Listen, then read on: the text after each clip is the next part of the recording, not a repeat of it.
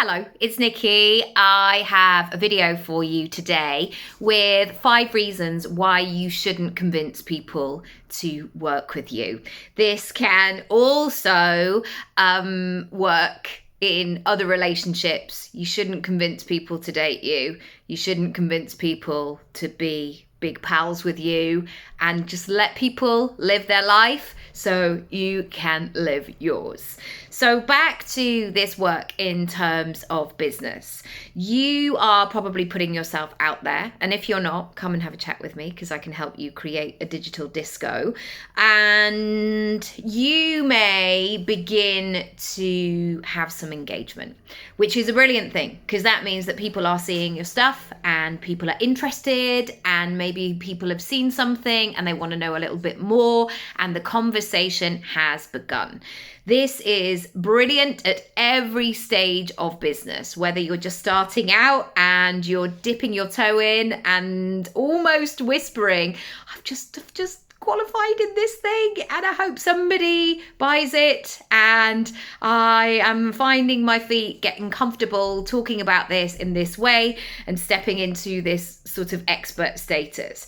And then later on, the longer you go on to this, you'll always have something to sell. So you don't want to put all that work in and have nobody notice. However, what you might find is people come and respond who are at every stage of the spectrum. There will be some people that will come back that are absolutely the right fit. They are in the matching financial situation. They're a personality fit. They're ready to do the work. And then there will be some people who want the moon on a stick. They won't want to pay. They'll be an absolute nightmare, and they are not your people.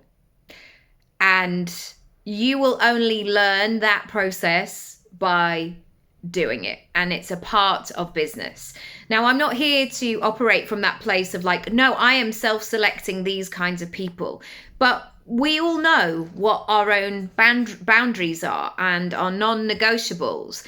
And my partner knows that he almost missed a second date with me because I think he was about an hour and a quarter late for no reason. He just left it till the last minute. His timekeeping is much better, nearly 20 years on. But I just thought, if this was going to be a regular thing, this absolutely will not work, because I was just in that time where I was like 25, I was out and about, I had things to do, people to see, stuff to make happen, and I was not going to sit in a pub for some, relative stranger, just because they were, faffing about at home or whatever the heck he was doing.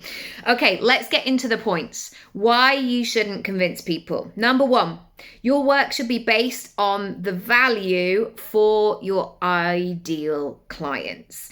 As soon as you go into convincing mode, you are diminishing your power.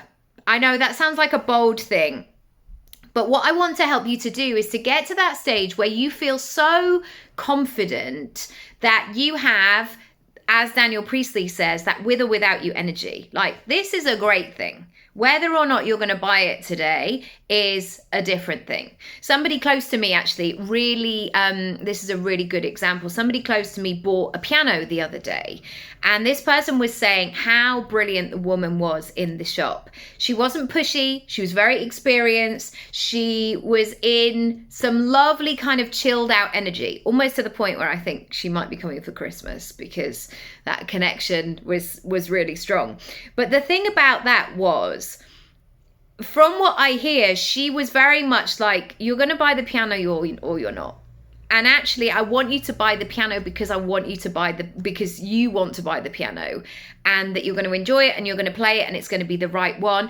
And it's not going to become that bloody piano that nobody plays and sits in the middle of the room because somebody bought it on a whim from a good sales pitch. You just want to be in that value of, this is a great piano. If you want it, great, this is the price.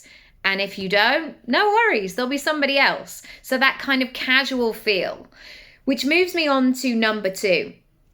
When you begin to take what it is that you have worked so hard for, that you've built up, that you have trained for, that you've learned, that you've thought about, that you put your heart and soul and energy and focus and time and money and all of these things, as soon as you start bending and flexing it for anyone, it dilutes it. And it suddenly becomes a bit slippery, a bit watery. It can be here, oh, I don't know, it could be this, and you can have a bit of that, and it all just becomes a little bit messy. And that is a lot of energy spilling out, trying to hold, trying to contain. And so instead, if you are strong in your product and service and you're like, this is what it is, and this is who it's for, and these are the kinds of people that are really going to get great results. I have learned this the hard way. I have sold things to people who tell me that they are ready, and I'm like, great, okay, and we get that feeling. But when it gets hard, they don't want to do the work. And I understand that. Of course I do. I'm a human being. And sometimes, sometimes it's not a case of wanting to, sometimes other things come up, but equally it's like, oh, I thought it'd be easier, and so now I'm just gonna like press pause. And actually, when things get tough, that's when you dig in. That's when you go, right, okay, off we go, let's find a way. Number 3, I have always maintained the fact that I want to, or my focus is on helping human beings to create results, rather than just being able to work from an ego place and go, wow, look at all my post-its on the wall, or look at all the names of the people that I'm working with, and just get bums on seats. I would much rather, and this might be detrimental to my profits as well, but from an integrity point of view, a mental health, a nervous system, I would rather work with people who I know I can be useful, who I know I have that connection with, rather than this mega launch that people kind of come out of the experience and they're like, yeah, it was all right. I know that when I work with clients, they come out and go, this was great. This changed my life. This moved me in a different direction, because it's well thought out in that way. Number 4, if you operate with clean energy, you will get clean results. So to convince somebody to come in by scaremongering them, emotionally, blackmailing them. Oh my gosh, all these awful, awful things. I mean, I've heard them all. As the client, I have heard them all. Where people make you feel guilty, or somebody once went through my Facebook and saw pictures of my children and then like built up this whole sales pitch and like used places where my children, oh, it was just awful, and then came to me and basically said, if you do this, you'll become a better mother. And I was like, you have no idea who I am as a mother, as a person. We've never engaged, we've never had a conversation. Yeah, that was really horrible and really weird.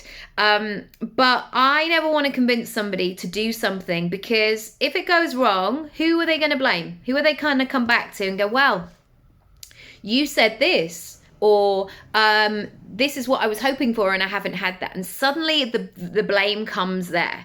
I'm not somebody's parent. I am there to hold somebody in that place and space and guide them as an adult, as I am an adult to adult in that way. So if you have that clean energy of it's great for you, or if it isn't. And equally, I've had people come to me and I will say, my 3-month program, it doesn't sound like it's a right fit for you. I don't feel like you've made enough decisions or you have enough information in order to take that leap. Why don't we do one session and see how we go from there? For me, I would much rather do that every day of the week, because it's clean energy. It's going to get clean results, and I know how to help and support people in that way. Finally, the whole experience can then be imperfectly fun. I am very much a feelings person. I love it when I am round a table of people who all want to be there and all have the same common goal of let's have a great night. shall we? And I'm saying imperfectly fun because we're not all going to sort of be toxic, positive, and just say, oh, it's going to be fine. And the fact that I've got all this other stuff going on in my life, I've forgotten about it and it's not even important. No, we're all bringing things to the table. But to have that intention of, all right, let's go, to be open, to be responsive, to be engaged, to show up imperfectly. These are the people that you want to work with. And those people do not need convincing. Those are the people who will say, I'm ready. I'm absolutely ready. This is the right fit for me. This feels really good. I know it's a now or never. So I'm going to bet on myself. I'm going to say that I can do this. Those are your people, not the people who are like, right, what have you got then? What are you going to show me? Let's hope this money is going to be worth it. You don't want that. You don't want that. Also, if you are approaching a situation with that, it's like people who go out for dinner and they hope that they find something wrong with the dinner so they don't have to pay for it. We've all sat next to those people who are going through the bill and you can almost see them going, right, what should we say about that? Oh yeah, the steak wasn't cooked very well. Okay, right. Yeah, we're going to ask for a discount. We're going to say, we're going to kick up a fuss. And that's their whole intention. You don't want people like that in your life or in your business. If you want help with your sales calls, your discovery calls, how to build that connection, how to get things flowy, how to attract those right kind of ideal clients, whether that's one-to-one, people for your group program, companies that you want to work with, being able to nail it in the conversation, send me a message. I can help. I'll see you very soon. Lots of love. Bye.